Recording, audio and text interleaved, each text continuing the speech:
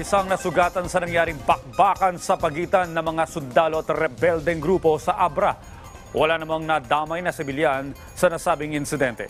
Si Dante Gitu ng PTV Cordillera sa detalye.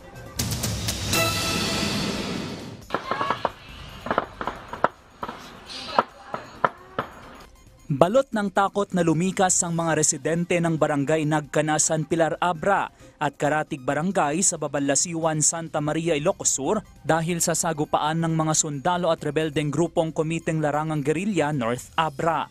Maririnig pa ang kanilang palahaw. May simba. Sige po. Habang nililisan ng mga residente ang kanilang mga tahanan. Maririnig pa sa bidyong ito na may mga naiwan pa silang kaanak ngunit wala silang magawa kundi lumikas. Ang covered court na ito na lamang ang kanilang naging pansamantalang tirahan habang hinihintay na humupa ang sagupaan.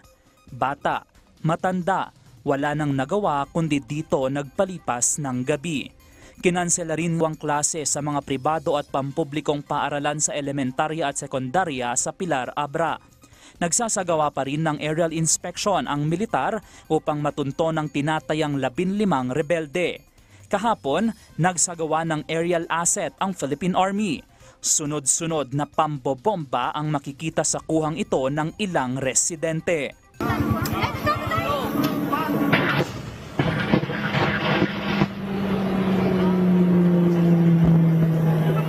Pero tiniyak naman ng Philippine Army na walang nadamay na sibilyan sa pagpapaulan ng bala sa hinihinalang lokasyon ng mga miyembro ng KLG North Abra. Precise tayo on that part sapagkat ang ating po mga air assets ay yung mga newly procured na military assets aircraft ng Philippine Air Force, and yun yung mga nagamit na air assets on that close air support mission. Isang sundalo ang nasugatan sa sagupaang tumagal ng higit 7 oras. Inaalam pa kung may mga nasaktan sa panig ng rebeldeng grupo.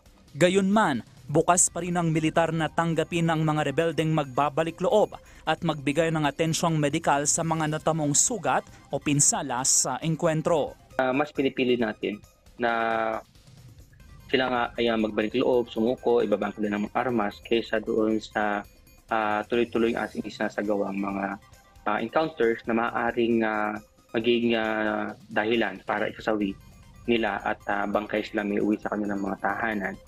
Dante Gitu para sa Pambansang TV sa Bagong Pilipinas.